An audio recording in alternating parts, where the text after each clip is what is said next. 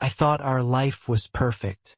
Lisa and I met in college, when we both still naively believed in love for life. She was always the one who made me laugh even on the worst days. We've been through a lot together, and I couldn't imagine anything could ever break us. It was one of those evenings when we were sitting on the couch together. Her head was resting on my shoulder, and the TV was humming mindlessly in the background. But even at that moment, I felt something strange. Her hands were cold. Her breathing was strained. Did something happen? I asked, trying not to show my excitement. She shook her head, but her eyes told a completely different story. After a few weeks, everything became obvious. Her phone became an integral part of her hand, and she disappeared more often to meet her friends. Something was wrong, and I knew it. One day, I decided to follow her. She said she was going to see Jessica, her best friend. But instead, her car stopped at a restaurant. A man in a dark coat was waiting for her there. I stood outside the window, not believing my eyes. Lisa, the woman I loved more than anything, was sitting next to a stranger, laughing like she hadn't laughed with me in a long time. When I got home that night, I didn't sleep. My heart was beating so fast I thought it would break. A week later, I found a way to find out the truth. I installed a program on her phone, and now I could see all her messages. Every word she wrote to him was like a knife in the back. "I don't know how much longer I can hide it," she wrote. "Let's meet tomorrow. John doesn't suspect anything." I was going to stop it, but I decided to give her a chance to tell the truth. The next night when she came home, I was sitting in the kitchen, holding her phone in my hand. "Lisa, who is Nick?" Her face turned white, and I realized that this was just the beginning. Lisa froze. Her eyes darted around the room as if she were looking for a way to escape.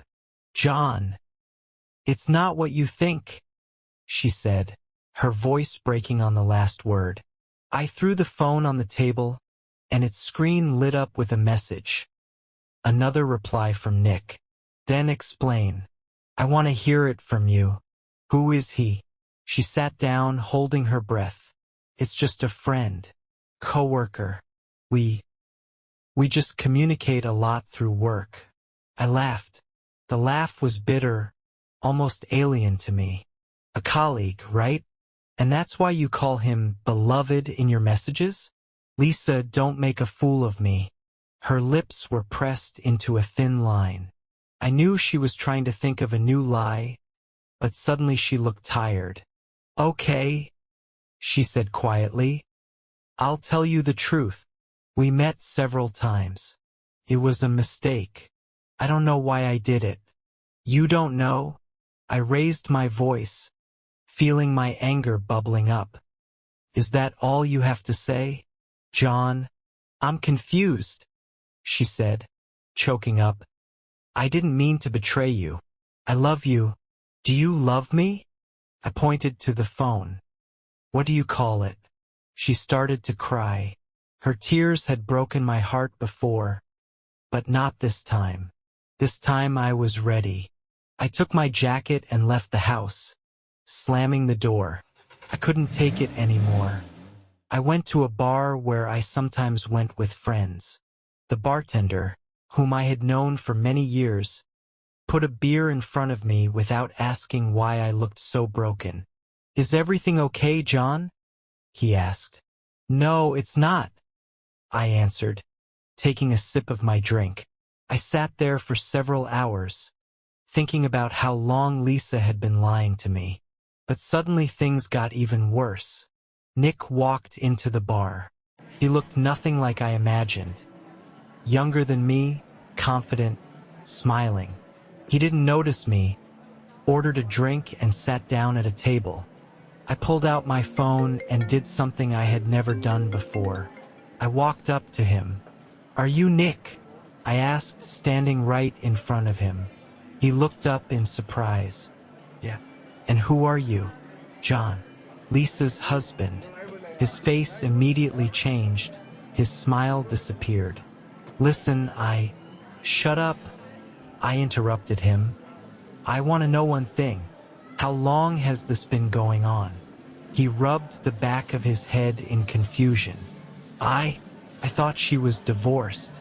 What? She said you broke up, he answered quickly. I swear, I didn't know. It was the last straw. Lisa didn't just cheat on me. She destroyed everything we had built together. That night, I made a decision that changed everything forever. I returned home after spending hours at the bar, thinking over every detail. The door was closed, but the light in the living room was on. Lisa was sitting on the couch, her eyes red with tears. John, she began, but I raised my hand to stop her. That's enough, I said sharply. I talked to Nick. She flinched, her gaze sliding to the side in embarrassment. He said that you told him that we had broken up. She was silent, as if searching for words, but I did not give her time. You know what annoys me the most? It's not the fact that you cheated, I said, coming closer, but that you did it with such a lie. I didn't know how to tell you the truth, she finally admitted, her voice trembling. I was afraid of losing you. I laughed, but this time there was nothing good in my laughter. Lose me? Lisa, you've already lost me. She tilted her head, starting to cry again. But I no longer felt pity for her. All I could feel was emptiness. I'll leave tomorrow, I said, turning to the door. I'm leaving you this house. I don't need anything else here. John, please don't go. We can fix this, she begged. Fix it. I turned to her. You destroyed everything with your own hands. I closed the door behind me without even looking back. The next morning I started packing my things. Every little thing reminded me of the years we had spent together and how it had all been destroyed. She didn't leave the room, probably thinking that she could convince me to stay. I decided to leave, leaving only a note. Maybe one day you will realize what you have lost. I got in the car and drove away. There was no pain, only emptiness. But as it turned out, it was only the beginning. A week later, I received a strange call. The number was unknown.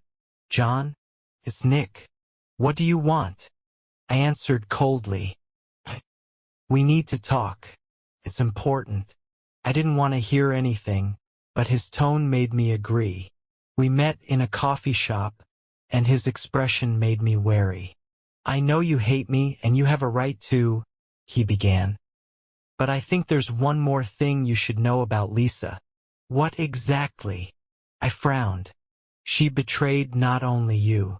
I froze. What do you mean? She was seeing another man, Nick replied. I found out about it by accident when I was looking through her phone. This was the final blow. I left the coffee shop, leaving him sitting there.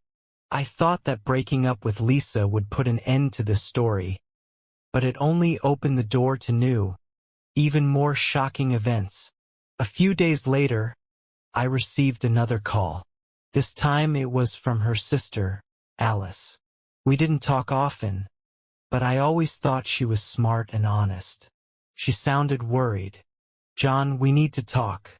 Alice, if this is about Lisa, I don't want to hear another word.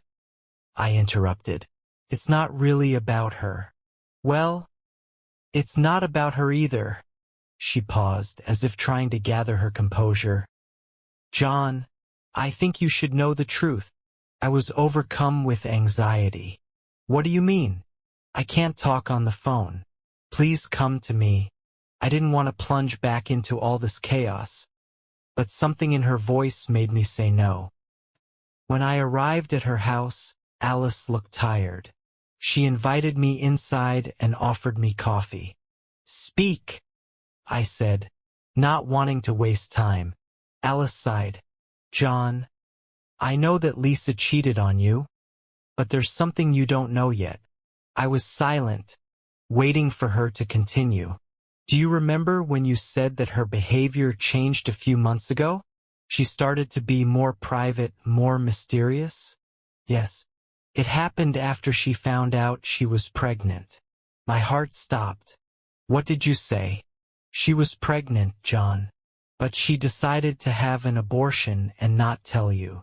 I felt a wave of anger wash over me. Pregnant? Why didn't she tell me? Alice leaned forward, looking me straight in the eye. Because she did not know who the child was from. I clenched my fists. It was all too much.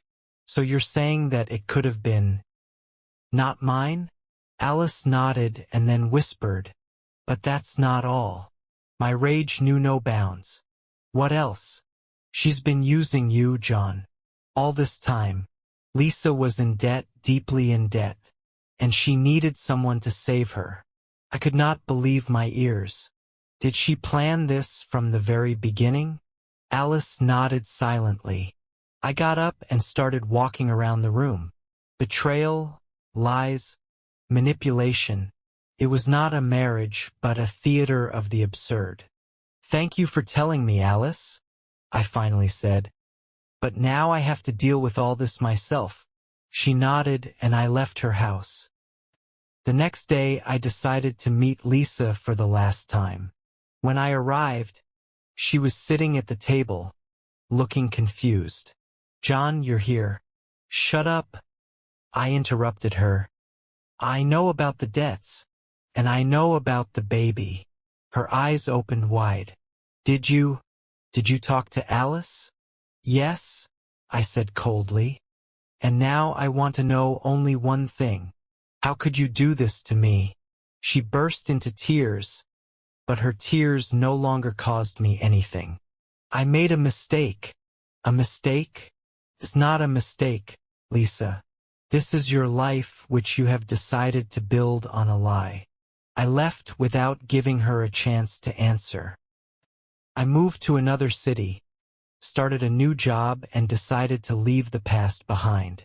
But in the end, I realized that this story taught me one thing. People are not always what they seem, and the truth will always find a way to come to the surface, even if it tears apart everything you know. As the weeks passed, I gradually began to return to normal life. The city I moved to was full of new opportunities and new acquaintances. But the shadow of the past was still with me. Sometimes I caught myself thinking that my hatred for Lisa was slowly turning into indifference. And with indifference came the realization that she no longer had any power over me. One day, while sitting in a small cafe near my new office, I met a woman. Her name was Amanda, and her sincere smile reminded me that life goes on. We started talking, and for the first time in a long time, I felt myself getting lighter. Amanda was the complete opposite of Lisa. She was straightforward, honest, and, most importantly, did not try to hide or embellish anything. We spent a lot of time together, and every day I realized that maybe all was not lost. But the past still found me. One evening I received a message from an unknown number. John, it's Lisa. We need to talk. It's important. I felt something pinch in my chest. What does she want now? Why can't she just leave me alone? I ignored this message. But a few days later I received another one. John, this is a matter of life and death. I know I don't deserve your help, but please listen to me. This time I decided to answer. What do you want, Lisa? The answer came almost instantly. It's not about me, it's about you. I need to tell you the truth. If you don't listen, it could cost you everything. The next day I decided to meet her. We agreed to meet in a small cafe on the outskirts of the city, where no one would see us. Lisa looked bad. She was exhausted, with red eyes and trembling hands. John, thank you for coming, she began. Speak, I replied dryly. I know you don't want to have anything to do with me anymore, but I found out something that concerns you. I crossed my arms over my chest, waiting. Remember Rick? My boss? I could barely keep from breaking down. What's wrong with him? He is not who he says he is. It was so unexpected that I couldn't say anything. What do you mean? He's been watching you, John. From the beginning. Have you been watching? Why? Lisa looked me straight in the eye. Because he knew who you really were. My heart clenched. Who am I? What are you talking about? She swallowed and whispered. John, this all started long before we met. He's not just a boss. He sought you out because you have something he wants. It sounded like madness. But looking at her eyes, I realized that she was telling the truth. Her next words changed my whole life. John, there's a secret in your past that you don't know about, and he's willing to do whatever it takes to get to it. I looked at Lisa, trying to figure out if this was another manipulation or a real warning. But her look was too serious, too scared for it to be a game. What is the secret? What does he want? I asked, feeling a cold wave run down my back. Lisa leaned closer, her voice dropping to a whisper. It has to do with your father. John, he worked in the same office where Rick works now. They were partners. But your father found something, information that could have changed a lot of things. And he withheld it to protect himself and his family. What are you talking about? My voice sounded more irritated than surprised. My father was just an ordinary employee. He never had any connection with anything like that. No, John. Lisa shook her head. That's only what you knew. Your father hid the truth. He had information about high-level officials, about financial fraud, corruption, and... She paused, as if she was having trouble saying the next word. Murder. What? I almost jumped up. This is nonsense. I thought so too, she whispered. But Rick isn't lying. He told me that your father left all of this in a secret hiding place. You're the only one who can find it. Why me? Because the access code is connected to you. A childhood drawing you made for your father when you were 5. I felt the ground shaking under my feet. I remembered that picture. A small house with a red roof, a blue sky, and a big yellow sun. I drew it for my father when he worked late at night, and he always kept it on his desk. Rick told me that you know where the vault is, Lisa continued. Only you can find it. And if I don't? She looked away. He won't stop until he finds you. Took me a few minutes to collect my thoughts. It all sounded like something out of a thriller, but Lisa looked too scared to lie. Why are you telling me this now? She clenched her hands. Because I realized what I had done. Your life is in danger, John. And if there's anything I can do to fix it. I took a deep breath, trying to accept the sudden reality. Good. If it's true, we'll find that vault. But if I ever feel like you're lying to me, I'm not lying, she quickly assured me. The next few days turned into a search. I remembered my father's old office and decided to start there. Together with Lisa, we broke into the abandoned building where my father used to work. The vault was there, a secret room behind the wall in his office. And what we found exceeded all my expectations. Documents, photographs, lists of names. All this was enough to destroy dozens of careers. And at that moment I realized why Rick was looking for it so hard. What are you going to do with it? Lisa asked. I paused and then said, I will do what my father should have done. I sent everything I found to journalists who specialized in whistleblowing. My story did not end immediately, but now I knew I had made the right choice. And Lisa, we never spoke again after that. She chose her path and I chose mine. My decision to send the documents to journalists brought changes I could not even imagine. Everything my father had kept became a real bomb for many people in government and business. The scandal escalated so much that it was covered by all the news channels in the country. I became an unwitting hero, although I never wanted to be. But with this came dangers. I started receiving anonymous threats. Some of the people whose names appeared in the documents obviously did not want their crimes to surface. I moved to a small town trying to stay invisible. I worked remotely, changed my phone number and stopped using social media.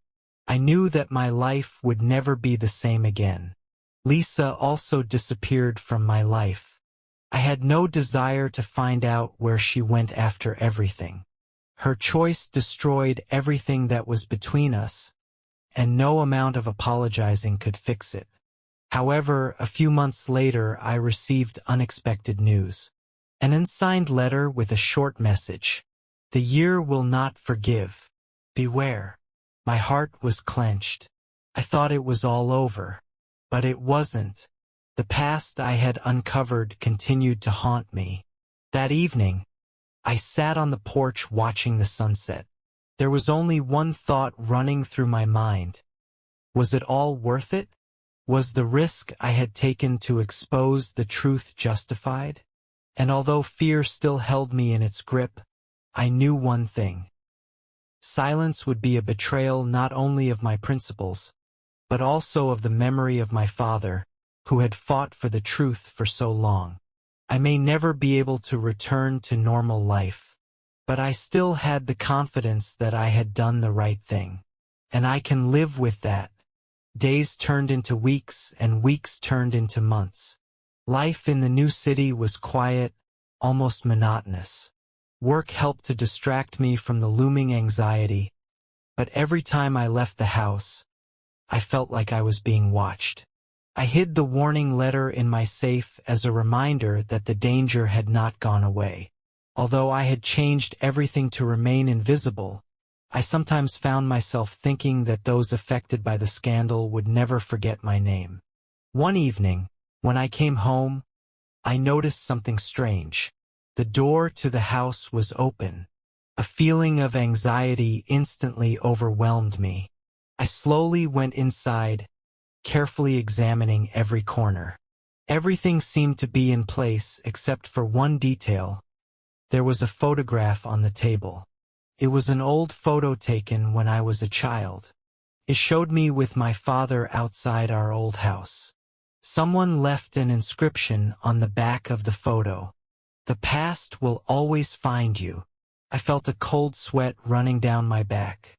Whoever it was, he or she wanted to show that they knew who I was and where to find me. I called the police, but they only recorded the fact of the break-in and advised me to install additional locks. They did not realize the seriousness of the situation. For the next few days, I hardly left the house, constantly listening to every rustle outside the window. But the real blow came a week later. I received another letter. This time it contained only one item, a bullet for a pistol. My patience was gone. I decided that I could no longer sit and wait for the unknown to make his move. I started investigating who could be behind it. I talked to the journalists who published the materials, tried to understand who was most harmed by the truth I had exposed. And then I remembered Rick. A man who was one of the key figures in the scandal suddenly disappeared immediately after the documents were made public. His company collapsed and he lost millions. But the worst part was not the financial fall. He was involved in cases that could have led to life imprisonment. Perhaps it was he who was behind it all. I decided to check my guesses. But it turned out that the truth was even worse than I expected. My search led me to an old friend of Rick's, a lawyer named Jacob. We were superficially acquainted, but I knew he had worked with Rick for many years and had handled his cases even when the business began to collapse. pretending to be interested in one of their old projects. I arranged to meet Jacob at a small coffee shop in the city center. The conversation started out low-key, but I gradually turned the topic to the scandal. I heard that after all that, Rick disappeared somewhere. Do you keep in touch with him? I asked, trying to sound casual. Jacob looked at me intently, his face still stony. Rick did what he had to do. You know, he's always been smart, he said dryly. I did not back down. And what about all the threats that followed? Did you ever get the feeling that someone wanted to silence everyone involved? His hand hovered over his coffee cup. For a second he looked confused, but quickly regained his composure. Life is like that. When you dig too deep, sometimes you find things that would be better left untouched. This phrase alerted me. It was obvious that Jacob was hiding something, but it was hard to get to the bottom of it. The next morning I woke up to a doorbell ringing. A courier stood in front of me with an envelope. Inside were copies of documents I had never seen before. On the first page was a headline, "Confidential. Rick's internal records. ****. These were the details of his illegal activities, but the most important was the list of names. Among them was Jacob's name. Realizing that I held the key to everything, I decided to act quickly. But before I could do anything, someone kicked in the door to my house. I only managed to see a masked man before everything went black. When I came to, I was in a dark room. My hands and feet were tied. Rick was standing in front of me. "You didn't know when to stop," he said, leaning toward me. "Everything that happened is your fault." His eyes burned with hatred. "You ruined my life, my reputation," he continued. "And now you're going to pay for it." I tried to say something, but the gag in my mouth did not allow me to speak. Rick raised his gun and pointed it at me. But just then the door exploded with a bang, and men in uniform burst into the room. I later learned that the documents I received were sent by someone from Rick's inner circle. It was an attempt to save myself and at the same time put an end to this story. Rick was arrested, and Jacob was also investigated. But even after that, I didn't feel any relief. My life changed forever. The past has left scars that will never disappear. I never found out who the person was who sent me the documents.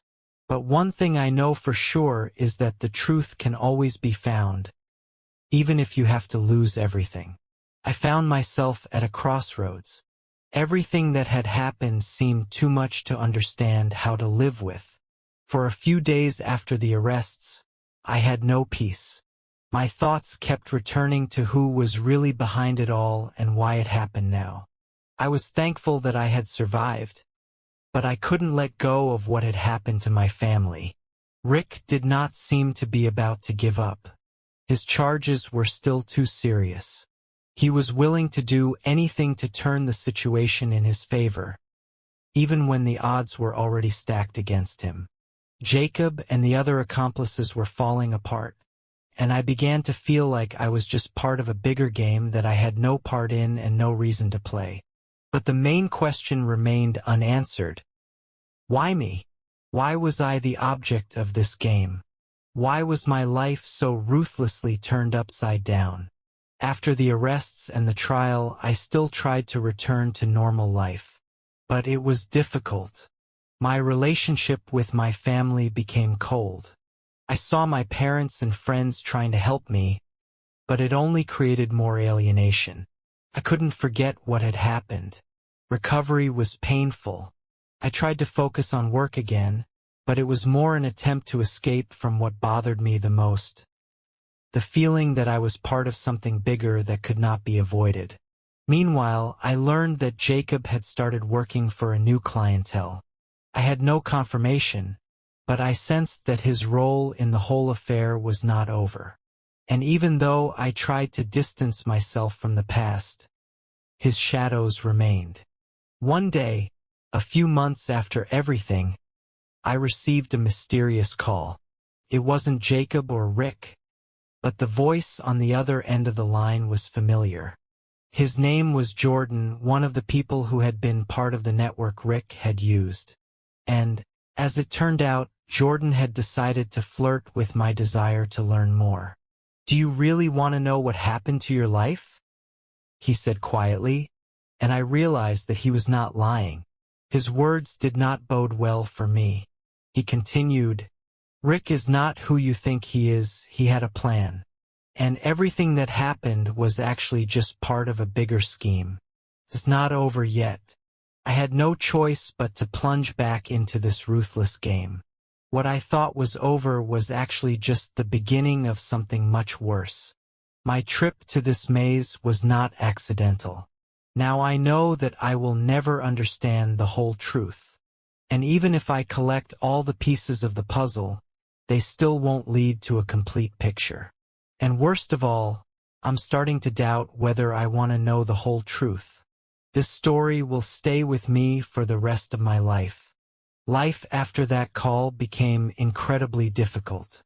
All those moments when I believed I had already gone through the worst were just a preface to something much bigger. My days became gray and empty.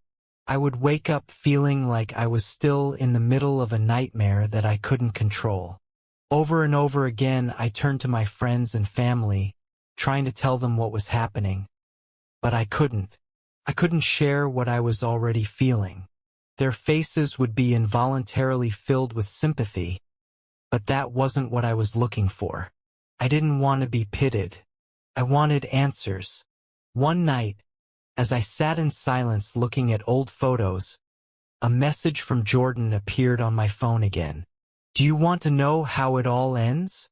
I could feel my heart speeding up. It was too fast. I could not refuse. "What do you want from me?" I sent back. A few minutes later, I received another message. "All these years, you've been just part of a big game that started long before you realized something was wrong with you. You thought it was all about your wife, but it's not. It's much more complicated than that." I threw the phone away and covered my head with my hands. I felt like I was trapped with no way out. All those years I had spent fighting to keep my family together now seemed to have been for nothing. "You can't back out," Jordan replied, "because you've become part of the game." And then I realized, all these years, all the events, betrayals, and misfortunes were just the beginning of something much bigger. And with every step I took, I felt more and more like I was losing control of what was happening. I could not say that it was not my responsibility. I decided to plunge into this dark game, where every move was associated with a belated realization. As a result, even when it seemed that everything would be over, a new plot twist made me go even deeper. However, even with all these discoveries, I was not prepared for what Jordan told me next. "I'm not going to fire you. Not because I can't, but because you have no choice." These words echoed in my head. It seems that I was no longer in control of my path. No matter what happened next, I was drawn into this game, and it was probably my life. I no longer knew who I really was.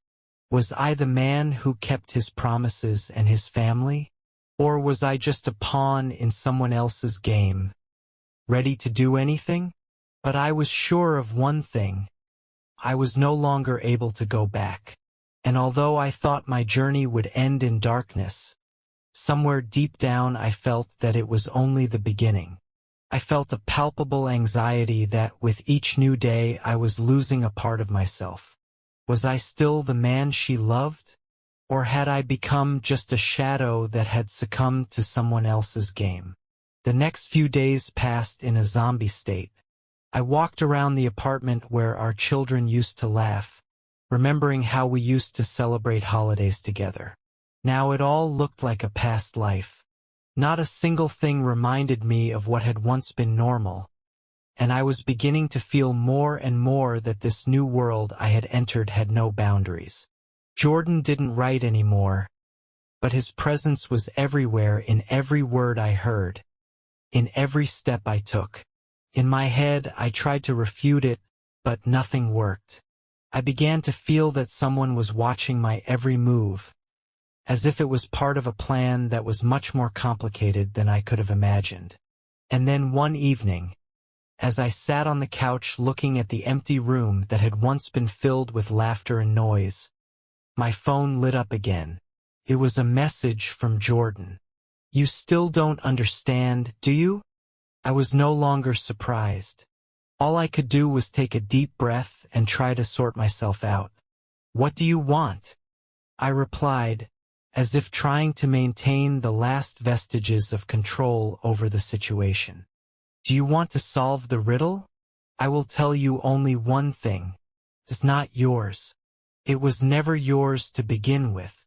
These words seemed to tear my heart, but at the same time something inside me lit up with understanding. I already knew that it would not end as I had hoped. Everything I had experienced was no accident. The next day I went to the very hotel where Sophia and I spent our last weekend together. The hotel that always reminded me of the moment when everything changed. Maybe I was looking for some kind of sign, or maybe it was just a way to accept what had happened. And then I saw her. But it wasn't Sophia. It was another woman, the one I'd seen in Jordan's photos. And she seemed to be waiting for me. "You didn't think it would be that easy, did you?" she said. And I realized that this whole story was not only a betrayal, but also a huge manipulation. Her words clouded my thoughts. It was all about bringing me to this stage. I realized that I was no longer a part of this world. All these years you were not just Sophia's husband. You were part of the plan. And now everything will be completely different. These words were the final chord in my understanding of what had happened. I could no longer stop what was unfolding around me. My role was over, and so I was faced with a choice. To return to the world that once seemed to be mine, or to keep going, looking for answers in the new and terrifying world that had just opened up before me. But eventually I realized that there was no choice in this world. All I could do was move forward until my path led me to what I had lost. And maybe this time I won't be ready to go back. Sometimes, as I walked through the dark streets that night, I felt that every step could be my last. I was not afraid of the darkness. It was the thought that I no longer knew who I was that scared me. I became part of a game where there were no rules anymore, where everything was just a game in the hands of those who had no conscience. I returned to my house, but it was no longer mine. It was just a shell of what had once been home. Sophia was not at home. She must have gone to him. I watched the empty walls, sitting silently on our old couch where we had spent so many evenings together. I was not waiting for anything. Only silence filled the space. And at that moment I realized that I could no longer live in that past. The past where I was who I wanted to be. I was part of their game and I had no power to turn back. I had to accept it, even if I didn't know where it would lead me. Suddenly I heard sounds. It was Sophia. She was standing by the door, and she looked unusual. She was not the one I knew before. "Do you still not understand?" Her words cut through the silence. I looked at her, and in her eyes I saw something new, something that hadn't been there before. It was guilt, but not for my sake anymore. She seemed to have been part of this game from the beginning. Perhaps she was no longer in this world we had once built together. "I'm sorry, but you can't take it back." Her words no longer had the power of pain. I felt myself being overcome with fear and at the same time with the realization that I was no longer a part of this world. Sophia was no longer mine. I was not who I thought I was. We stood there for a few seconds, as if subdued by a situation that could not be changed. But I knew one thing. None of this mattered anymore. Everything I had experienced was just part of a bigger manipulation, and I seemed to be the only one who didn't see it until the end. Didn't you know that this was not your way? Sophia put her hand on the door and slowly walked to the exit. I did not interfere. I just watched her leave, and new thoughts arose in my head. They were not related to the past. It was a new understanding. And maybe in this new world that I now had, I would find my way. Left alone, I felt the broken pieces of my memories forming a new picture. It was not quite dark, but not quite bright. It was mixed just like me. And when I finally came to the window, I realized that I was no longer looking for answers. I'm not looking for ways to go back. I'm just going forward. And in that moment, for the first time in a long time, I felt that maybe I was finally becoming who I was meant to be. Maybe it was freedom. Maybe it was retribution. Maybe I didn't understand everything yet. But it was my choice, and I accepted it. The silence that reigned in the room was the last reminder of everything that was left behind. I stood in front of empty walls that no longer reflected me as I was. It felt like I had become part of this emptiness that I used to fill my life with. At that moment, I realized that I could no longer be called a victim. I had become the one who chose my own fate. The door Sophia had left behind closed quietly. I didn't know if it mattered or not. She was already gone, and I didn't have the strength to look for her anymore. I wasn't even sure if I wanted to return to what we had. Even if it was only an illusion. She was already a part of another world, and I was still here, alone in the middle of this emptiness.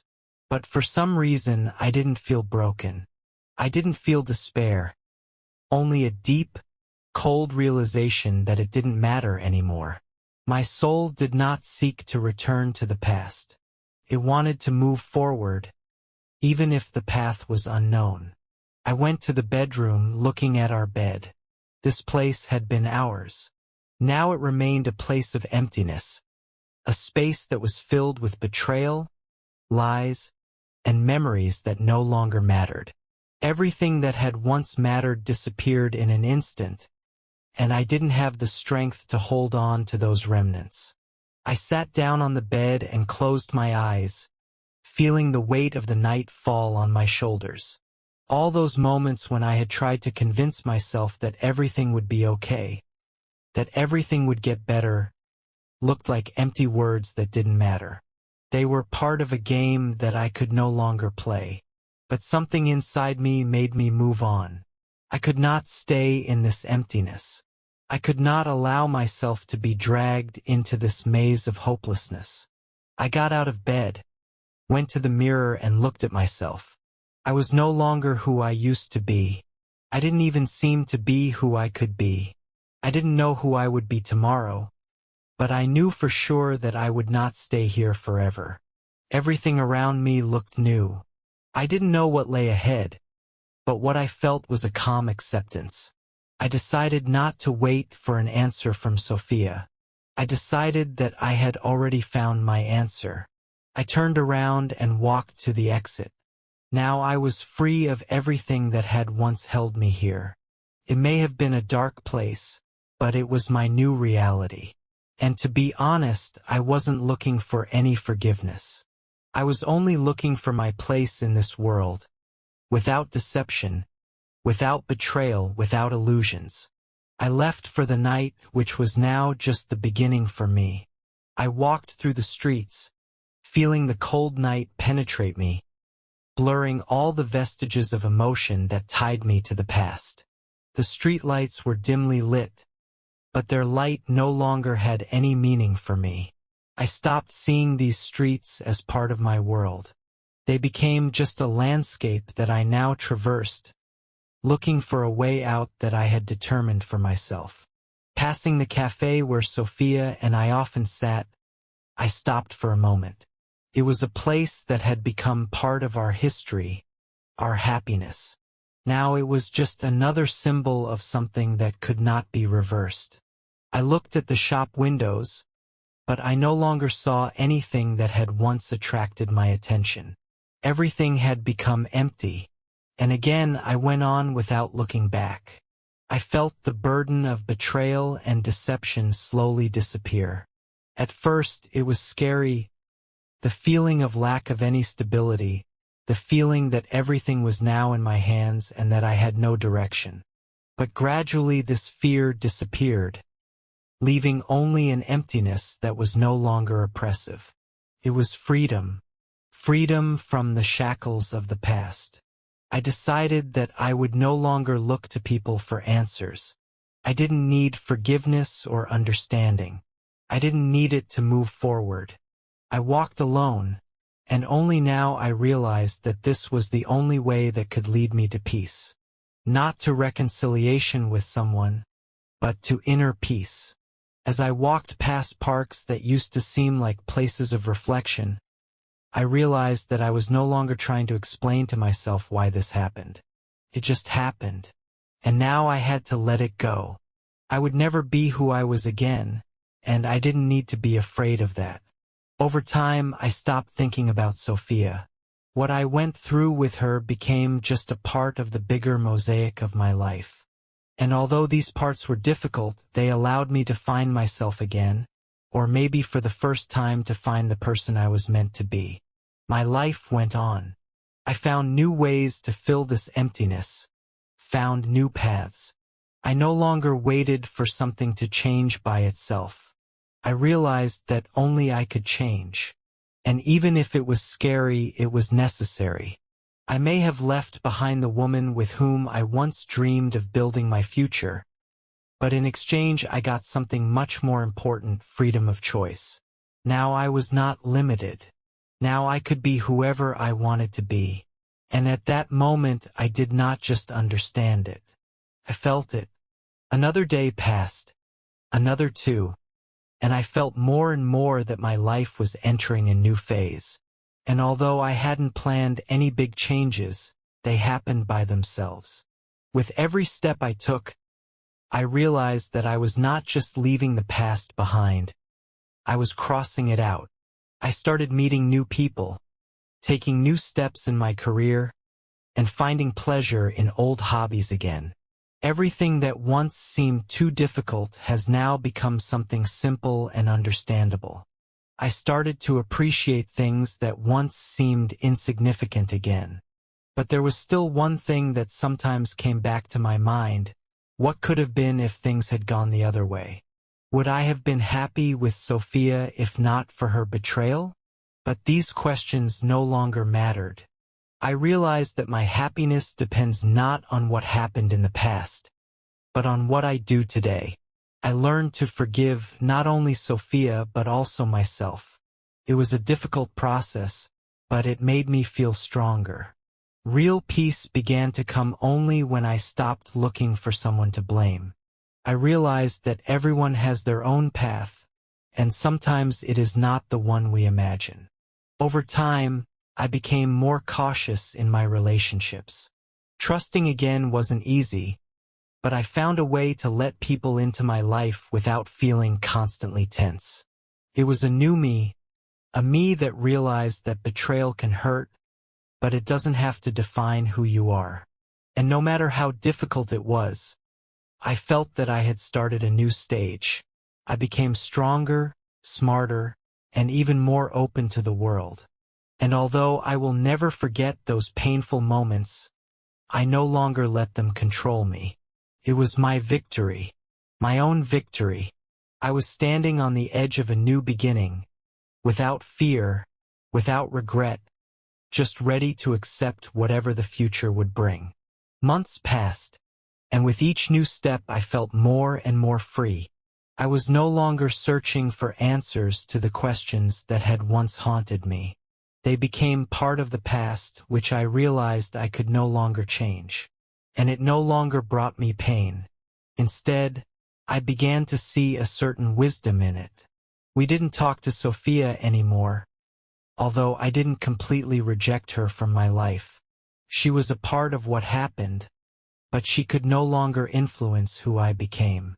I allowed myself to let her go, even if it meant that we could no longer be friends. It was difficult because our moments together still lived in my memory, but I knew it was the only right decision for both of us. Once, a year after all that, I met her by chance in a cafe. I couldn't help but notice how her posture had changed, her expression, everything about her was different. She didn't look the same as before, and although I still felt a certain wave of emotions, I realized that they no longer controlled me. It was just a meeting of two people who, although they had a common past, were moving in different directions. We talked for a few minutes about ordinary things without mentioning what had happened between us. She thanked me for all the good moments and admitted that a lot of things in her life had changed after what happened. I didn't say anything important, just listened. And then I realized that I didn't need any of that anymore. The past pain turned into a simple story that I no longer want to revisit.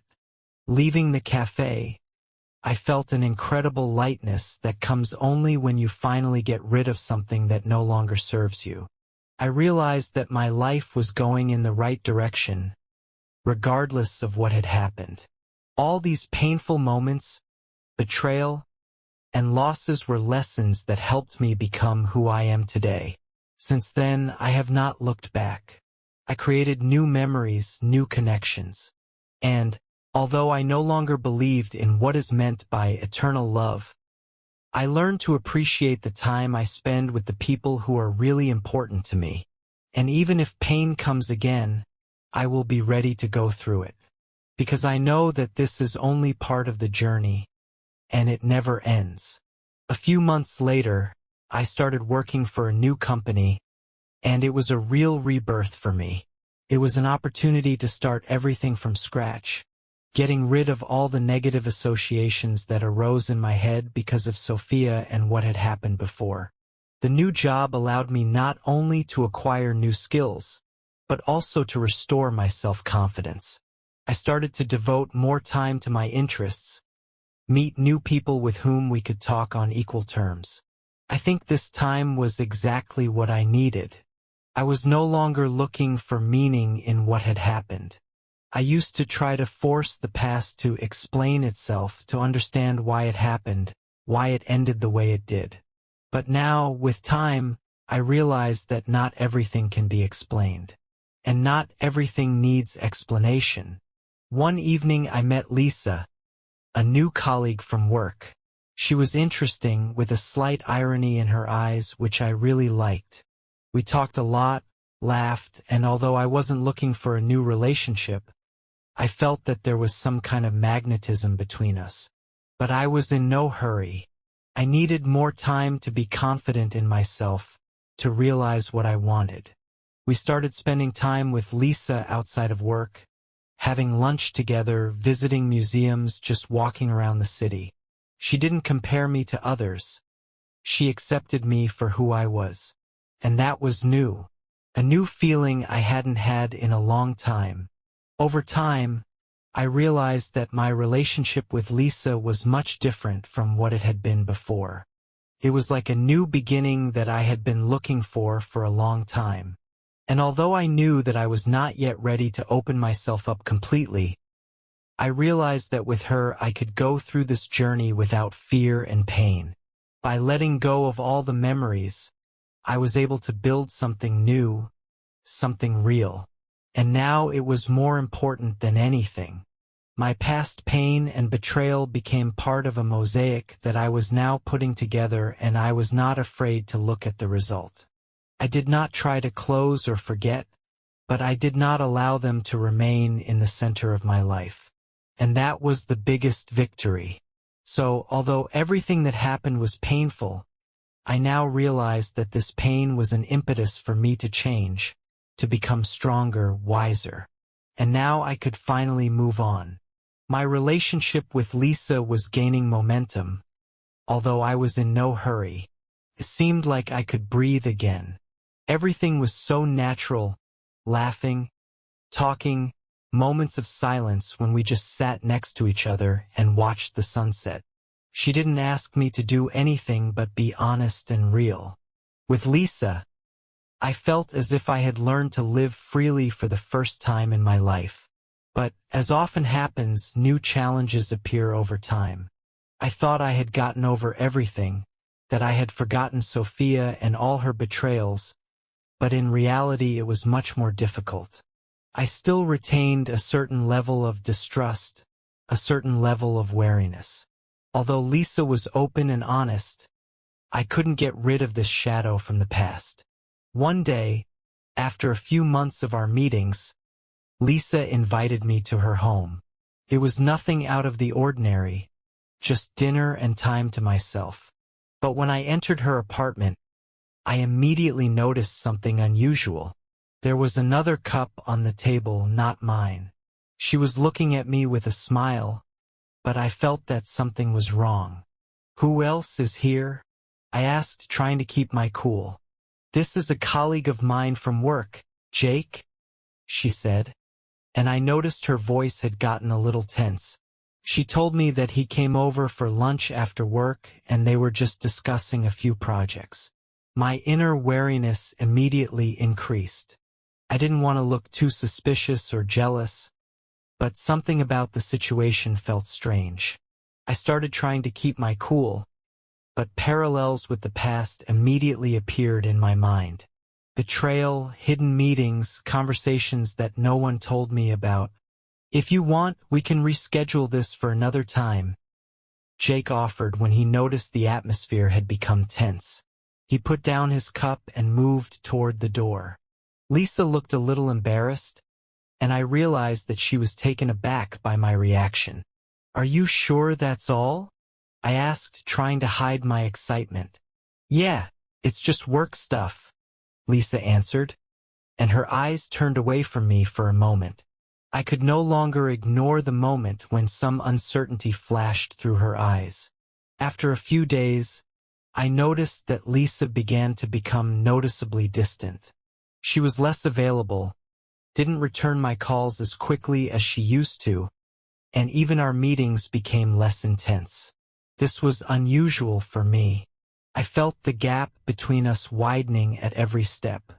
That evening, after much thought, I decided to talk to her, to find out what was going on. We met at her apartment, and I couldn't keep it to myself any longer. "Lisa, why are you distancing yourself?" I asked, unable to hide my pain. She looked at me with a heavy expression on her face. "I don't want to offend you, but I have to be honest with you," she said, and I felt the air in the room become heavy. She said that Jake was not just a colleague. He was more than that. I tried not to believe her, but her words confused me. It turned out that Lisa had been having an affair with him for months. This was what I feared the most, another betrayal. I sat there in silence, not knowing how to react.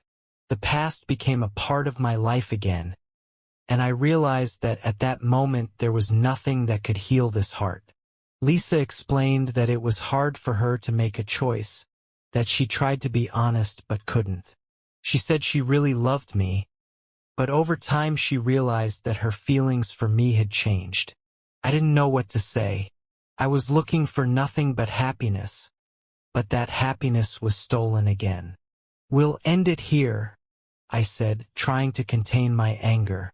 At that moment I realized that my heart was no longer the same as before.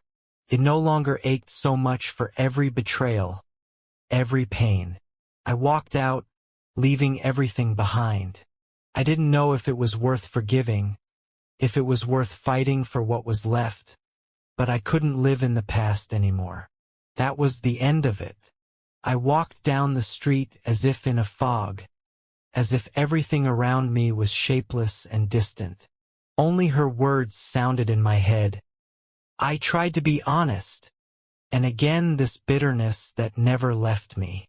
I returned home to find everything in its place. In fact, nothing had changed except me.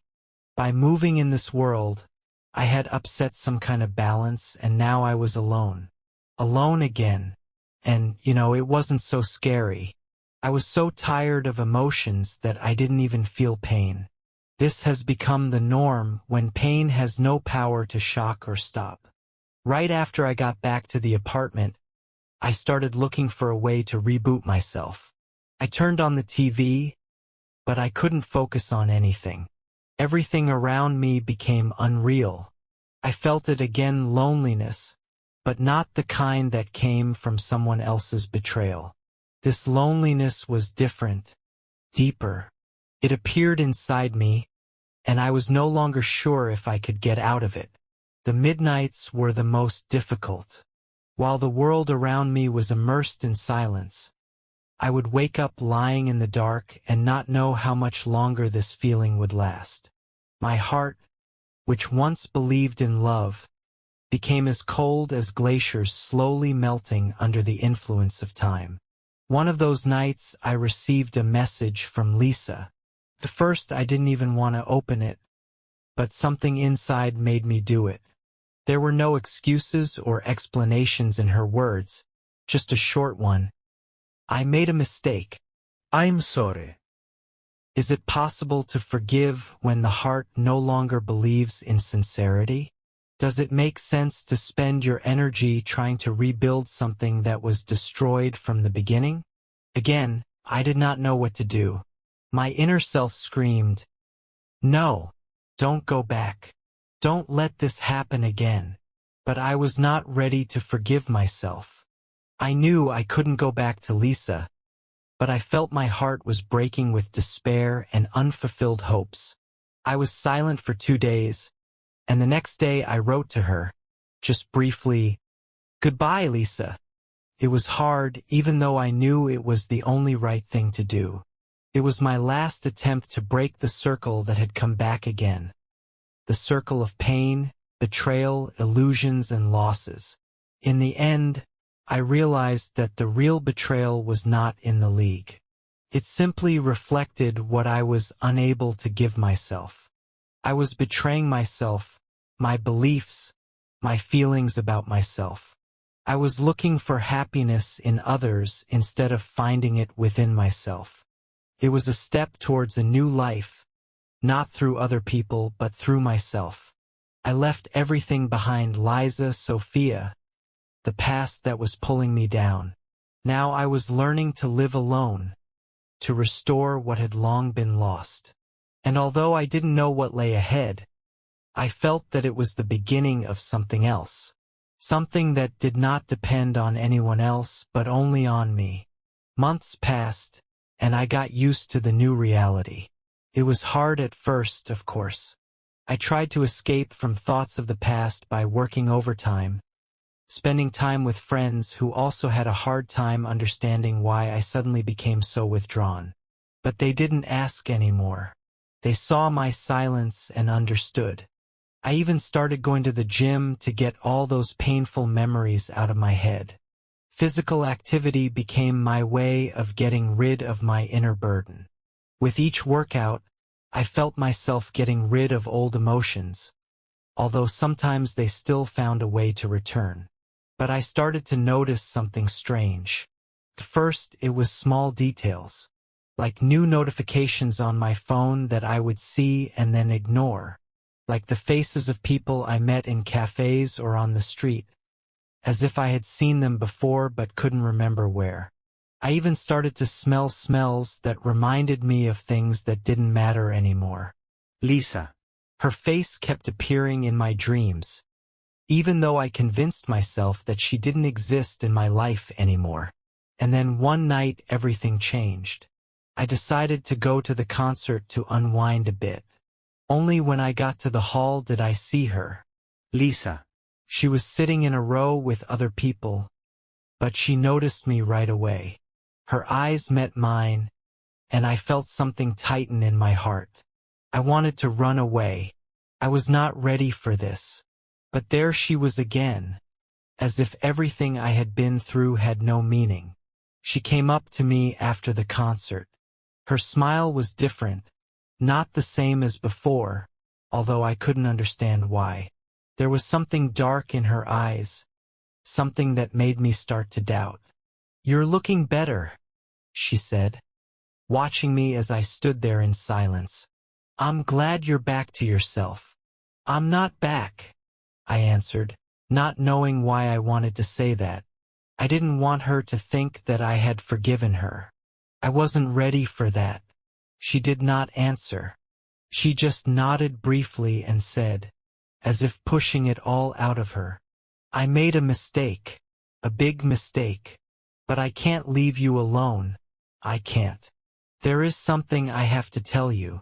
There was pain in her eyes, and I felt something inside me tearing. I was not ready for this. The few years I had tried to live without her didn't matter when she was here again. But to smell her again, to hear her voice, it took me back to the time when I was still with her, and none of it made sense. "I know," she said quietly. "You think I was cheating on you, and that's true. But what I did wasn't just because of you. I found something in myself when you left. But it was all a lie. And I want to tell you this so that we can both move on." I heard remorse in her voice, but not only that. Most of all, I felt her fear. She was afraid that I would never understand. And I knew it, I felt it. But could I forgive her?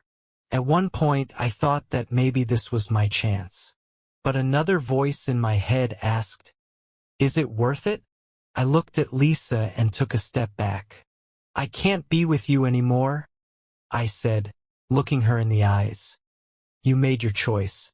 And so have I."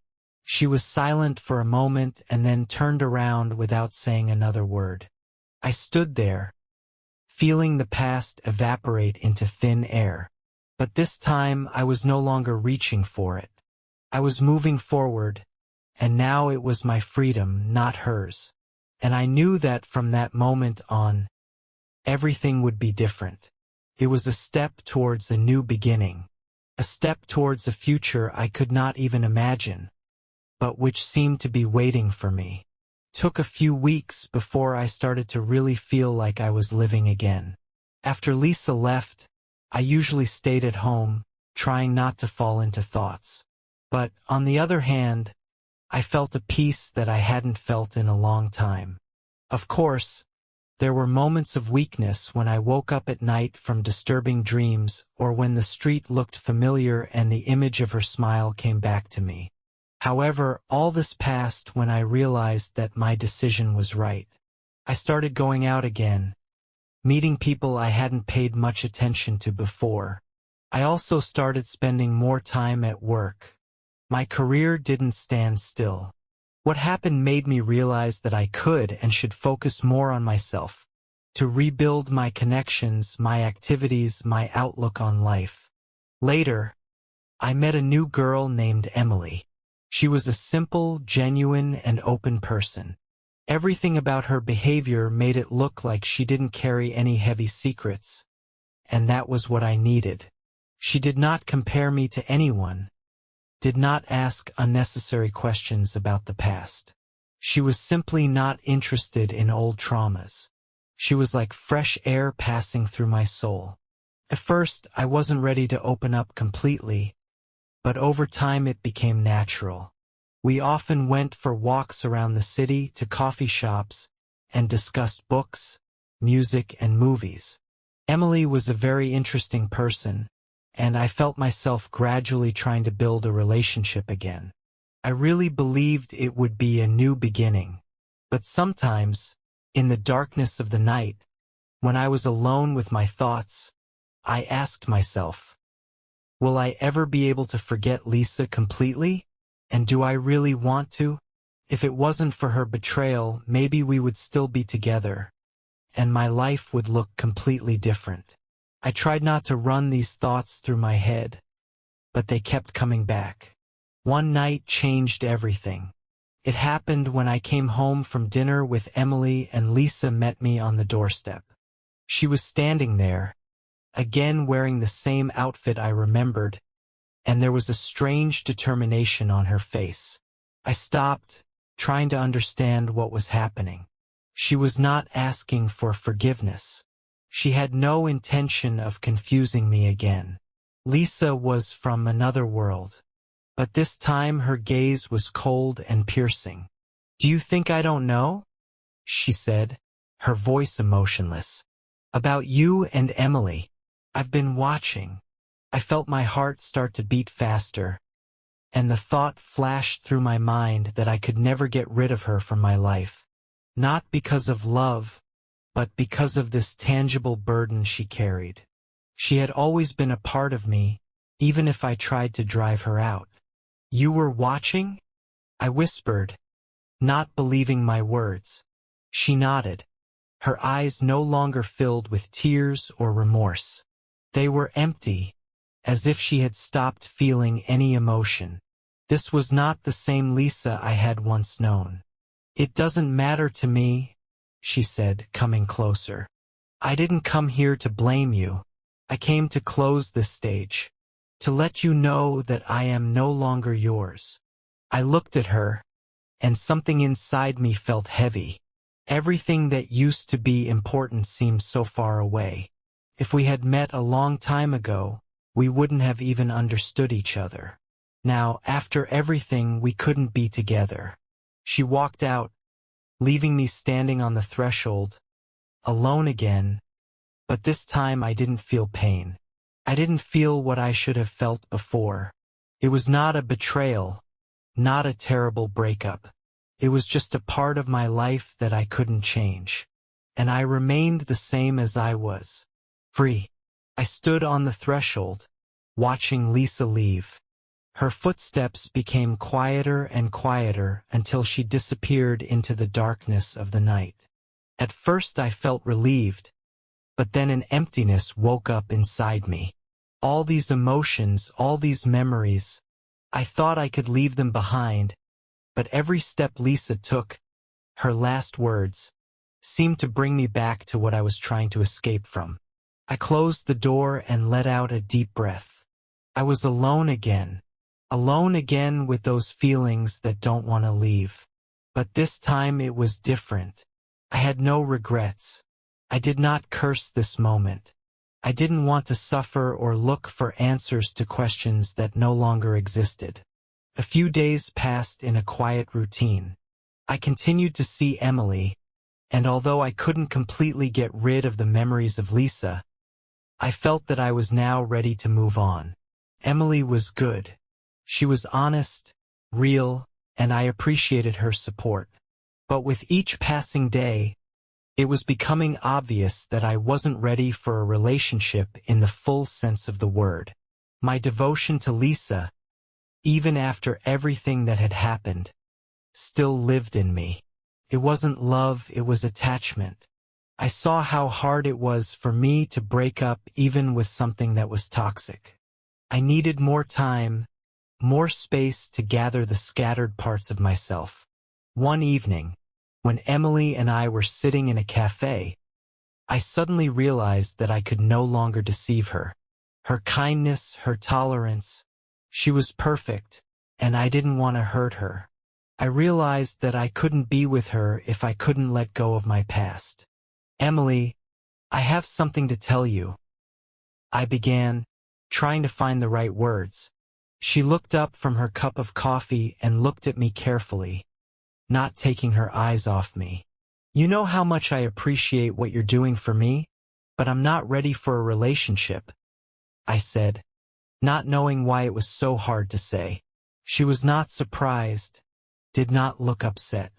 She just nodded, silently accepting my words.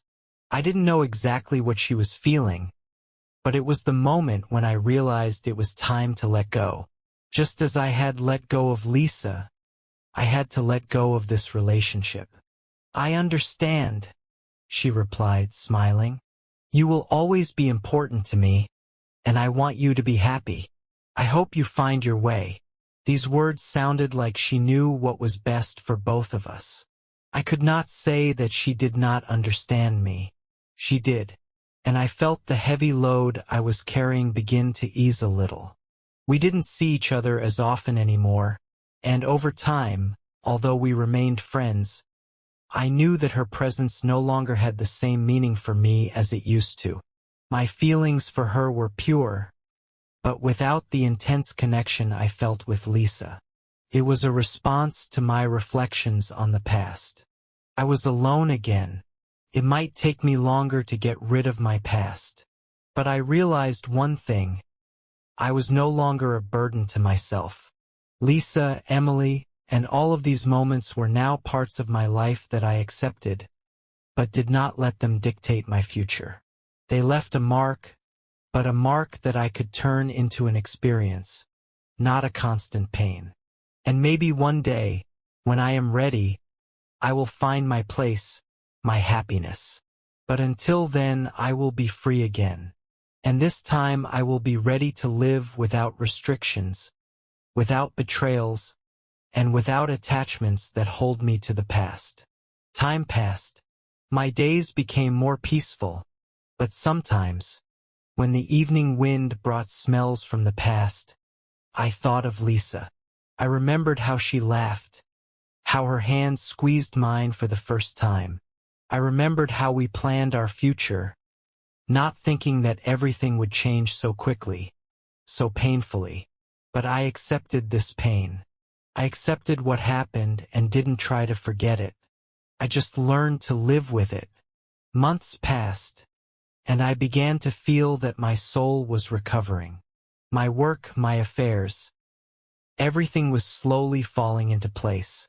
And although I wasn't looking for a new relationship, sometimes I thought that maybe it was all part of the process. Finding myself, finding my purpose, and trusting again. One day I came across Lisa's photo on my phone. I didn't know what kind of moment it was, whether it was just nostalgia or whether I really felt ready. So I wrote to her. A simple message, no extra words. I just wanted to hear from her. Lisa. How are you? And I hit send, not even knowing what I was expecting. The answer came quickly. I read it and my heart sank for a second. Hi, everything is fine. How are you?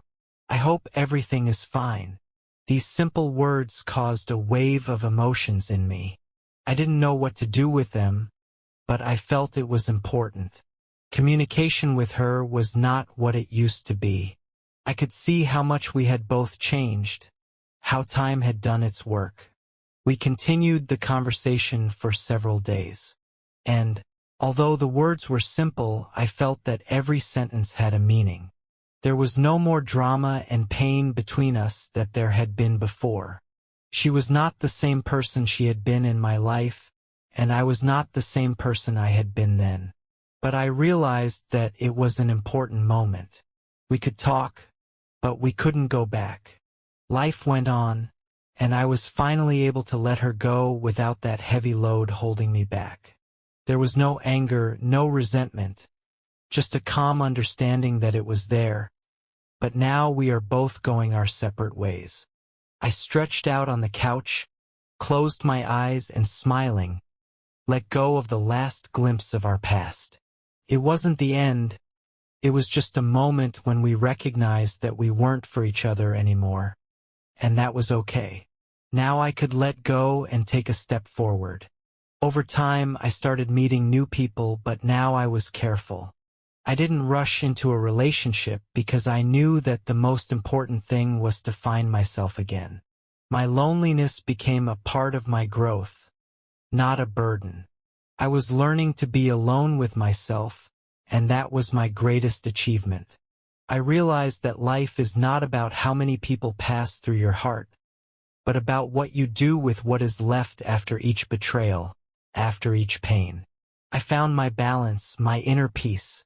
And although there were many difficult moments in my story, I now knew that even through pain, you can move forward, not forgetting, but learning. Maybe one day I will find someone who will be my real support, but this time I will be ready. Now I know that in order to love, you have to love yourself first. Over time, I began to notice how my life was slowly but inevitably changing. all the anxiety and pain that had been accumulating because of my relationship with Lisa was becoming less and less pronounced. I no longer treated every moment from the past as an irreparable loss. It was no longer my attachment. I often remembered how everything seemed so clear, yet blurry at the same time, as I lived with the thought of what would happen when Lisa left me. Her betrayal made me look for answers in all the places that were most painful, and in the end I found one important lesson. Life goes on, even when we are not in control. After we stopped communicating, I didn't feel a burden on my soul. I started doing things that used to give me pleasure again. I started traveling more, visiting new places and meeting new people. Although it was hard to forget about the past, it gave me a sense of freedom. One day, a few months after we no longer communicated, I decided to return to our old home. I wanted to see how the place we once lived in had changed. The feeling was strange. Where we both dreamed of the future, it was now quiet, almost empty. There was no more Lisa, no more of my old sense of belonging. I stood at the door, looking out at the familiar landscape, and realized that everything that had once been was just a memory. Then I realized that time can really heal wounds. I began to look at the people around me with different eyes. There was no longer any fear that I would be betrayed again. I became more open to new acquaintances, but it was no longer as intrusive a search for confirmation or comfort as before. I finally started to build my life without holding on to the past. Those moments we spent together undoubtedly stayed with me, but I realized that I no longer needed them to feel whole. Lisa was a part of my life, but I wasn't ready to let her betrayal determine my future. Now I knew that loss was not the end, but only a new beginning. I became stronger not because of what I had gone through, but because I was able to allow myself to move on. And although it was hard to take the first step, each subsequent one was much easier. I no longer fought with the past. I realized that this is what helped me find my inner harmony. The way out of this situation was ultimately simple. I accepted that life gives you a chance, even when you lose everything. I was no longer afraid of what might happen tomorrow. I was no longer afraid of betrayal, because I realized that all I can control is my own path and my perception of reality. I took the final step toward forgiveness, not for Lisa, not for her, but for myself. Forgiveness was not about forgetting, but about being free of anger. Now I was ready to move on, to new beginnings and new opportunities, without burdening my heart with past mistakes. Only when I was able to let go of her did I realize the true power of forgiveness. And although life went on, I knew that I remained true to myself, and that was the most important thing. It took me a long time to realize what letting go really means. It was not an easy path, but it was necessary. I realized that we can't really change what happened in the past. We can only influence how it affects us today. I was no longer burdened with the pain of betrayal, although I did not forget about it. Every day I began to realize that true strength lies not in fighting the past, but in accepting it and giving myself permission to move forward. It wasn't easy, but I did it. Soon I started meeting people again, making new acquaintances. For the first time in a long time, I felt open to opportunities. I didn't have to prove anything to myself or others. I could just be, without the constant struggle with recent memories. Then I met Maria. She was different, not like Lisa. She was not part of my old world. Maria was a new beginning. She didn't pull me back into the past. We started dating, and although it was a new experience, I felt that this path was the right one for me. There was no doubt that she would not be my new Lisa, and that was important. I was not looking for new reasons for pain. I was looking for a way to true happiness and inner peace. And that was exactly what I found in Maria. She accepted me as I was, with all my flaws, with all the wounds of the past, without judgment. She supported me, and even more, she stood by me faithfully, not trying to change me. I realized that true love doesn't have to be perfect. It doesn't have to be painless, but it has to be honest. It should be support in difficult times, not an escape from reality. I learned to believe in people again, and with each step I kept leaving behind the things that used to destroy me. Maria and I became a real team. We were not perfect, but we were real. And that was the most important thing. I no longer lived in the shadow of what had happened. I was no longer searching for answers to questions that could not be answered clearly. I was no longer a slave to my experiences. I became free. Free from pain, from fear, from betrayal. And in the end, I realized one very important thing. The best thing I could do after my worldview changed was just to live. To live here and now. Because life goes on, no matter what. This new stage of my life was really difficult, but also extremely necessary. I was no longer trying to find perfect happiness because I realized that it would not come by itself. Happiness is something that you have to build by working on yourself and your relationships, not forgetting your own value. Maria, of course, became an important part of this new chapter, but I also learned a lot about myself. I learned to trust again, though not without caution. Over time, most of my fears began to recede. I wasn't ready to forget Lisa or her betrayal, but I was learning to treat it not as a painful step backwards, but as a lesson that would change me for the better. Every day I became stronger. I began to see that betrayal does not define who I am. It does not define my future and should not shape my new relationships. This was an important discovery for me. Over time, I stopped carrying this burden on my shoulders, like a heavy backpack that makes it impossible to move forward. I learned to let go even if it was not easy.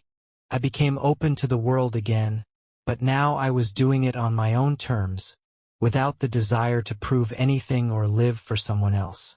Maria was supportive, but she also realized that I needed time and space to fully come out of the shadow of what had happened. She took her time with her demands and allowed me to be who I am. This allowed me not only to build new relationships, but also to find new perspectives for myself. I began to feel like I was no longer connected to the past. I started to look at the world in a new way, without constant memories of betrayal, without bad feelings and accusations. It was a difficult path, but it was worth every step. I realized that there are no easy paths to happiness and that we are all just people, with all our flaws and weaknesses. But it is these weaknesses that make us stronger. At the end of the day, it is only our ability to get up after each fall that determines how ready we are to move forward. Over time, I began to feel that I could now perceive everything that happened to me as part of a large mosaic of my life. It didn't always look pretty, but it was my path and I didn't intend to walk it alone. I found peace, I found forgiveness, and most importantly, I found myself.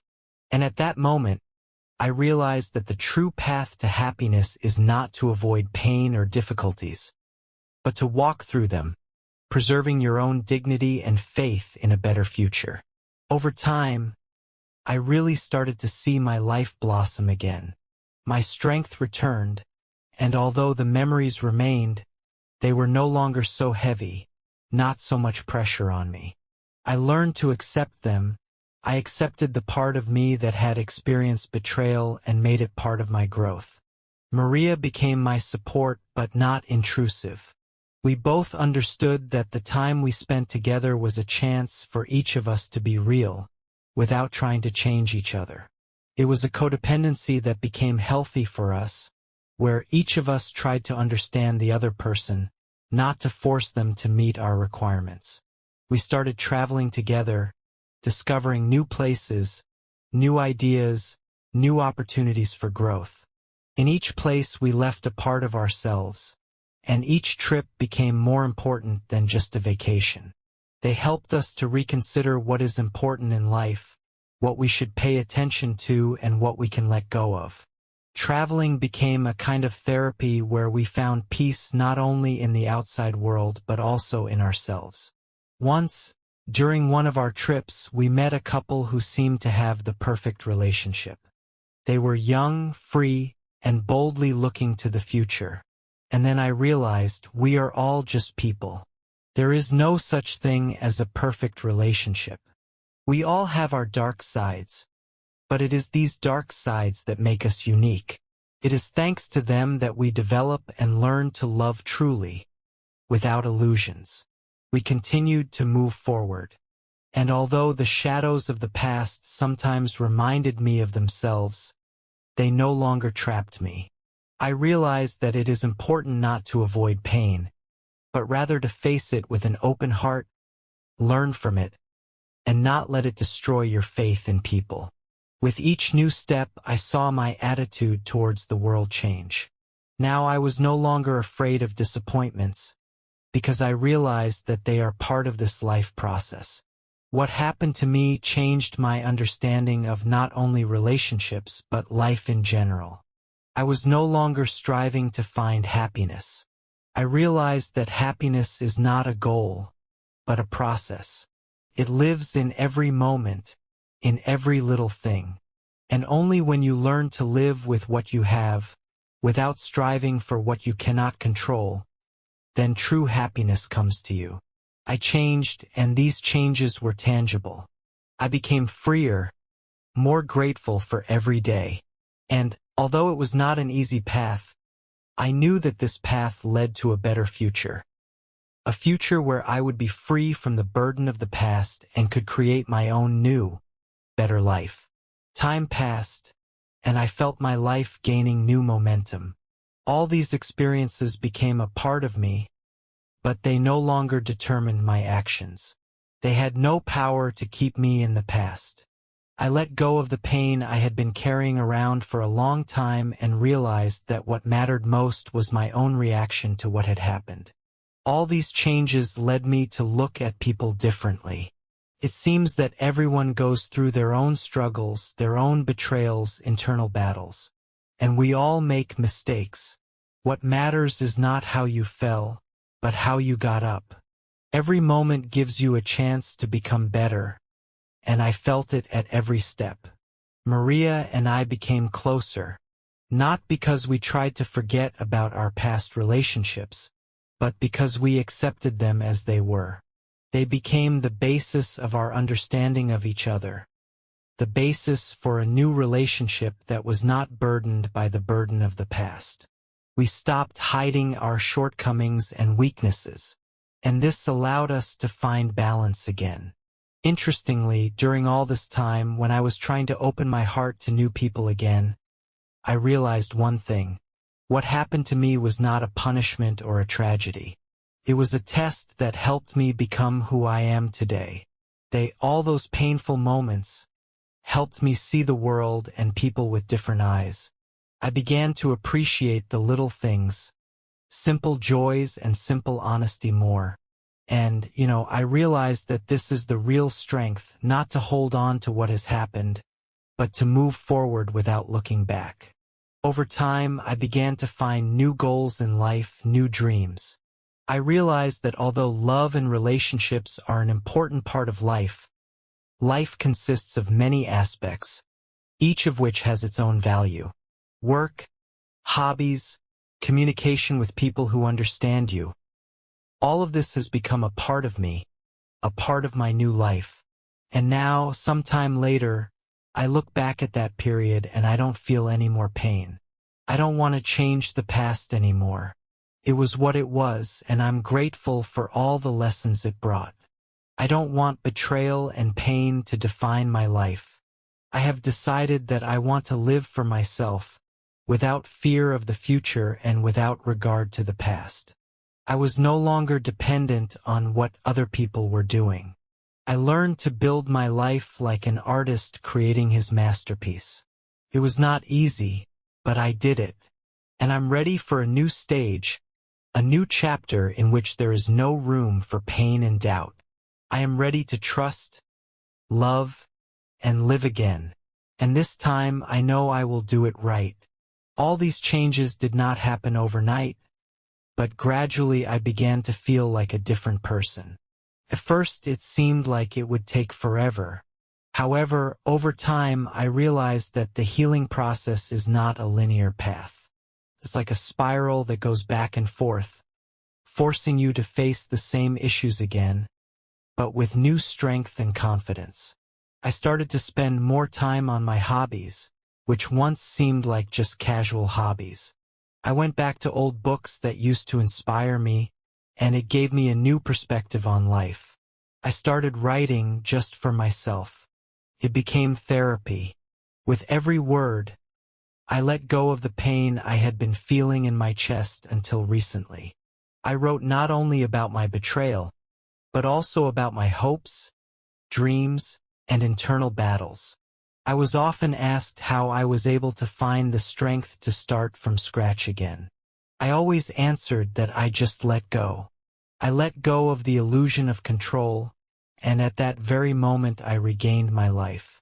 I stopped living in the past, and that allowed me to move forward. Maria has also changed. She became more open, although before that we both tried to hide our inner feelings. Joy reappeared in our lives, although in a different form. It was not the idealized love we had at the beginning, but a more real, mature, and strong love based on mutual understanding and acceptance. And finally, I realized that nothing stays the same.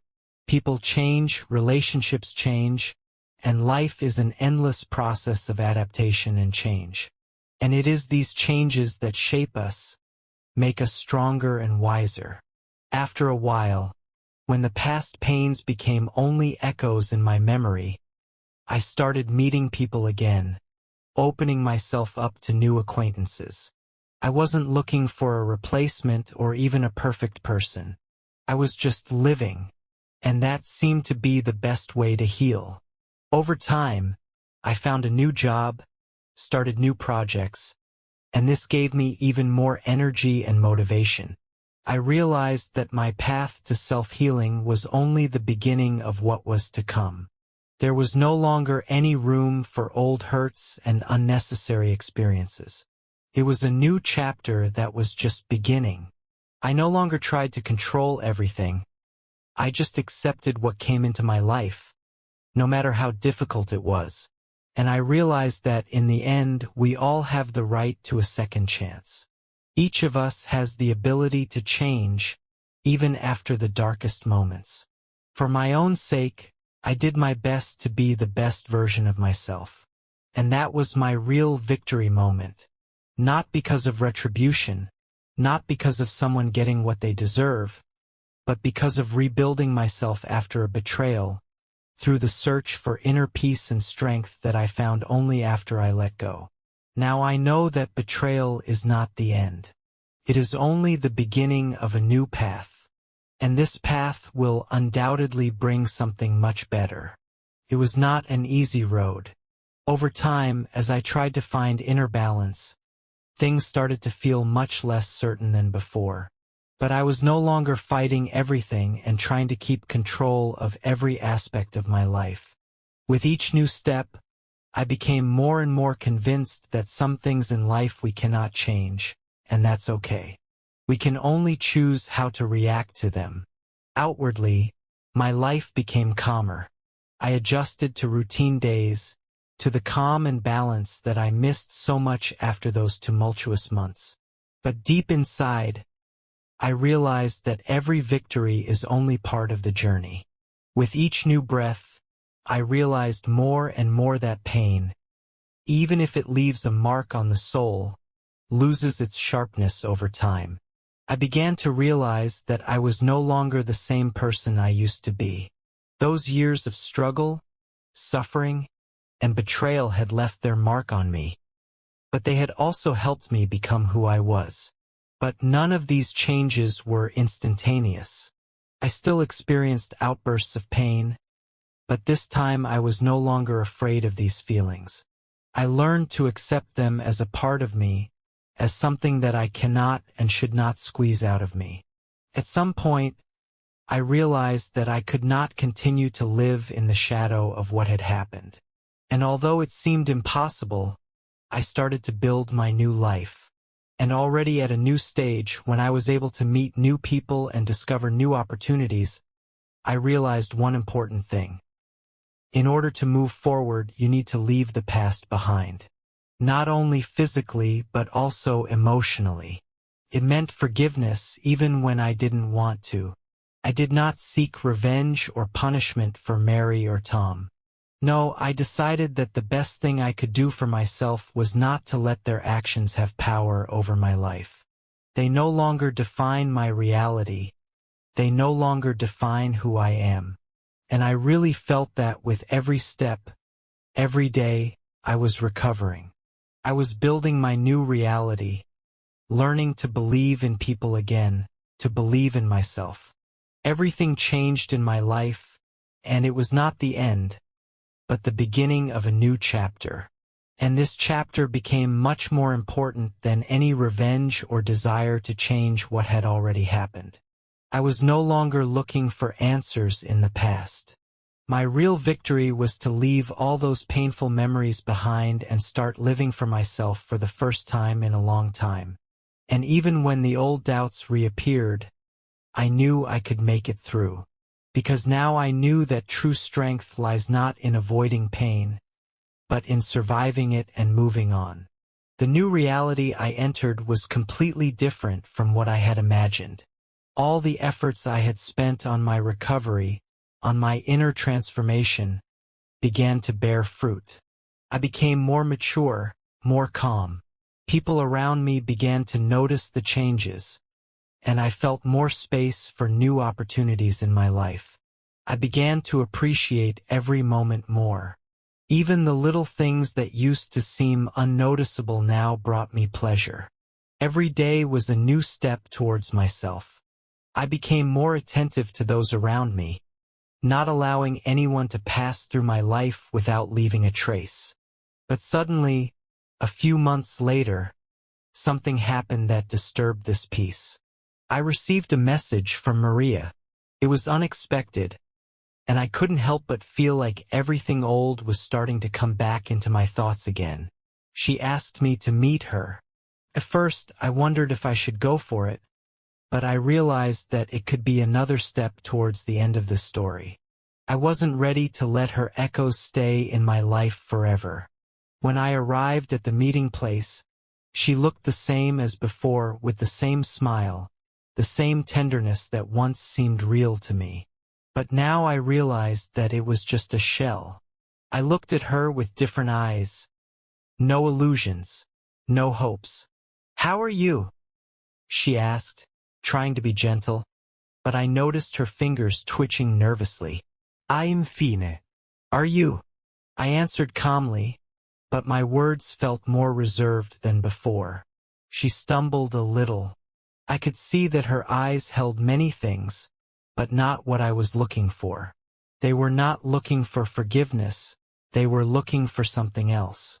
And I wasn't ready for that. I didn't mean for this to happen," she said, stuttering. I stopped for a moment. It was exactly what I hadn't expected. She was just as she had been before, trying to pull me back into the world I had left behind. And I realized that it was just another way of manipulating me to return to the past. "Maria," I began, "I've already gone through all this. My life has changed, and I can't go back. I don't want to be part of your games again." She bowed her head, and I felt my inner strength finally return in full. All these months of working on myself, of recovering, of realizing that not everything in life is out of my control, have now been confirmed. I am out of this cycle of pain, and I will no longer allow others to define my happiness. I walked up to her and, without saying another word, just turned around and left. She would not stop me from moving forward. It was my victory. I know that there will still be difficulties, that there will still be moments of weakness, but I am no longer afraid. It has no power over me anymore. I am now in control of my life. And what was once the worst thing for me has now become just an important experience that helped me become stronger. I left her behind without looking back. And that was the real end of that story for me. With every step I took, I felt more and more like the last connection to the past was being severed. It was not just the moment of parting with Maria. It was the moment when I finally let go of all that pain, that resentment that was pulling me back. And I realized that from now on I would move forward without regard to what was left behind. In the days that followed, I found more and more peace within myself. I started to pay more attention to my career, hobbies, and even old friends whom I hadn't seen for a long time. They noticed a change in me. I became more open-minded, less focused on the past, and more ready for new challenges. I started traveling, going on weekends to new places, and it really gave me a sense of freedom that I had been looking for a long time. But one day, when I was working on my new project, I received a message. It was a letter from a lawyer, from Maria. She filed for divorce. And in that application, there were a lot of complicated clauses about the division of property, and even a demand for alimony. At first, I felt something tightening in my heart, but then I realized that it wasn't what I was afraid of. It was another attempt to manipulate me, another attempt to tie me down so that he could have control again. All these attempts were in vain. I was not even surprised. I just signed the necessary documents and sent them back. It was the last act of this tragedy. I was free again, and I no longer had any reason to return to what had already become part of my past. I felt again how important it was to move forward without looking back, without dragging past mistakes with me. The day I received the documents, I realized that this break was necessary not only for me, but also for Maria.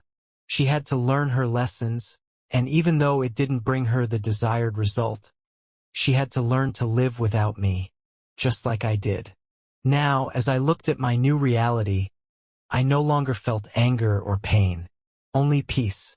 I was ready for the future, ready for new people in my life, and it was incredible. I didn't want to be part of her world anymore, and I definitely didn't want her to be part of mine. My freedom was much more important. Yes, it was the end. The end for Maria, the end for the old me. And at the same time, it was a new beginning for the person I had become. Life became simple and clear. I found myself again doing what I love to do. Writing, traveling, and even finding time for myself, for my thoughts and relaxation. I no longer felt any fear of the future, and it was the best feeling I've had in years. I started meeting new people, but I was in no hurry to get into a serious relationship. I was no longer looking for attachment or love, and I didn't believe in the ideals that had been imposed on me before. Relationships for me now became something else, a way to get to know myself, not to look for a way to fill an emptiness. One evening, a few months after the divorce, I met her, Jessica. She was nothing like Maria. She was light, cheerful, sometimes a bit carefree. But there was something in her eyes that caught my attention. It was not like before. I didn't run after her. I wasn't trying to win her. It was just a meeting of two people who were really ready for each other, but without pressure. No expectations. We started talking, and I realized that a new person could really come into my life. But it was nothing like what I had experienced with Maria. I didn't expect anything from Jessica except to get what she was willing to give. I didn't put her on a pedestal or impose my views. The relationship with her was easy, natural. I didn't even notice when I started letting her deeper and deeper into my life. We spent time together, laughed, discussed little things and big plans for the future, but without any planned paths. It was our road, and we walked along it slowly without rushing. But with each passing week, with each passing month, I began to notice more and more that there was something deeper behind this carefree ease. And then one day, I realized that I was in love again. It was a feeling of peace and confidence that I hadn't had in a long time. When Jessica and I went on a trip to the sea for a few days, I realized that this is what I was looking for. Not perfect love, but real love, accepting and understanding, without complications and without the need for excuses. During this journey, I realized that I am now ready to give my heart again. And what is surprising is that this act was not as painful as it was in the past. It seems that I have found the harmony I have been looking for in my life for so long. Life went on, and I was not the same person I was before. Now I am stronger, wiser, and, most importantly, free. Free from past mistakes, from pain, from people who left me, and ready to give myself a chance at happiness again. We spent several weeks gradually immersing ourselves in this new stage of life. Jessica was like a breath of fresh air for me after a long stay in a confined space. She was an illustration of how you can be happy without effort and without struggle. She didn't try to dominate my life, but she didn't hide from me either. She was just there for me, ready to share moments, even if they weren't always perfect. We talked a lot.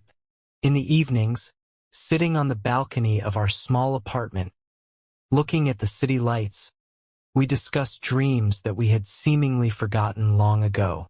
She told me about her childhood, how hard it was to find her place in life, and I, in turn, shared my experiences, my failures and successes.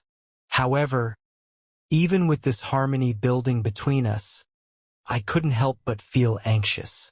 Not because I doubted her feelings, but because I always had that inner voice that reminded me of the past.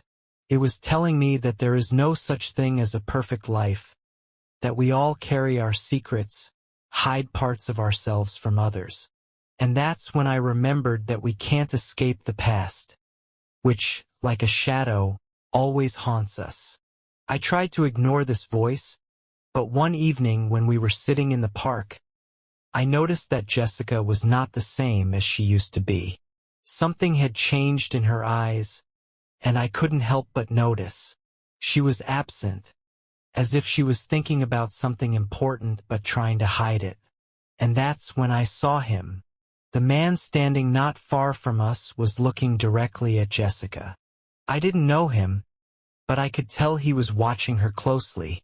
Jessica noticed his gaze, but pretended that nothing was happening. Her movements became more tense. "Is everything okay?" I asked, trying to be calm, but my voice was trembling a little. She looked at me, and I saw her face turn a little gray. Her words were quick, as if she was trying to reassure me of something she didn't want to say. "Yeah, everything's fine, it's an old friend of mine. We haven't seen each other for years." I could not resist my desire to know more. How was this friend connected to her past? And why did he appear now? "Jessica, who is this? Who is this man?" My question was no longer so calm. I could feel my heart beating faster, and doubts began to overwhelm me. What is she hiding? She closed her eyes for a moment, as if trying to find the words, but then said, "This is Tom, my ex-boyfriend. He doesn't matter." But I didn't believe her. Something was not right. Why did Tom come back after all these years? I couldn't understand it. I looked at her in disbelief, and she blushed visibly. The man standing a little further away began to approach us. My mind began to swirl with questions and assumptions. What had really happened between them? Tom stopped next to us, not looking at me, his eyes fixed on Jessica. "Hello, Jessica." His voice was low, calm, and slightly cold. She answered him with a short nod of her head. Tom turned to me, silently sizing me up with his eyes. "I heard you're her new boyfriend," he said, sounding challenging. Jessica looked away, as if trying not to be part of this conversation. My nerves started to crack again. "Yes, I'm her boyfriend," I answered, trying to stay calm. Tom took a step back, but his gaze was penetrating. He felt that I was trying to hide something. I tried to avoid his gaze, but he did not look away. "Don't be afraid, brother. I didn't come to quarrel. I just want to talk to your girlfriend. It's important," he said with a strange expression on his face. My legs trembled a little, but I didn't want to show my fear. "Do you want to talk?" "About what?" I asked, but my voice was probably a little weak. He turned to Jessica. "We need to talk about what happened, Jessica. It's a matter you can't ignore any longer." Jessica didn't answer right away. I looked at her, trying to understand what was happening. She was calm, but I could feel millions of questions lurking underneath her outward calm. "What do you mean?" I could no longer control myself. Was she involved in something I couldn't understand again? Tom looked at me with a lazy smile, and his words froze in the air like a heavy stone. Jessica was still silent, her gaze blank, as if she was trying to muster the strength to answer, but the time was endless. "You don't know," Tom said, "but she's lost something important, and you'll never know until you're ready to see the truth." I felt my heart shrink. Only now did I realize that nothing was as it seemed. Jessica, my Jessica, the one I cherished, the one who seemed to be my savior from the past. She was part of the same horror I was trying to escape. "What do you mean?" I couldn't help myself. My hands began to tremble with incomprehensible emotions. Jessica looked up again, and I saw tears in her eyes. But they were not tears of pity. They were tears of betrayal. Her look said it all, and I realized that I had never really known her. Tom took a step back and clenched his fists. "She left me for you, and not just for you, but to hide what really happened. Something you're not ready to know." My lips began to tremble, but I couldn't get out of this trap. I couldn't turn away from what was being said because it was true, and at the same time I couldn't believe that it could be real. Jessica finally spoke, but her words were difficult, as if she was speaking through tears, through pain. "I couldn't say it. I couldn't tell you because I was afraid that you wouldn't understand." I stared at her, amazed at how everything in my life had turned upside down in an instant. All those months, all that trust, everything I thought was true was just an illusion. Jessica was not who I had seen her to be. I was involved in what happened to Tom. It wasn't just the past. It was something I left behind to be with you. I didn't want you to know the truth. I didn't want you to be a part of this world again. My heart was clenching, tearing up with pain, but I couldn't walk away from what I had learned. This was her reality, her choice, and although I still loved her, I knew it was a betrayal, not only on her part but also on the part of my idea of us. Everything I thought was built on a lie. Tom turned and walked away without waiting any longer, leaving the two of us standing there.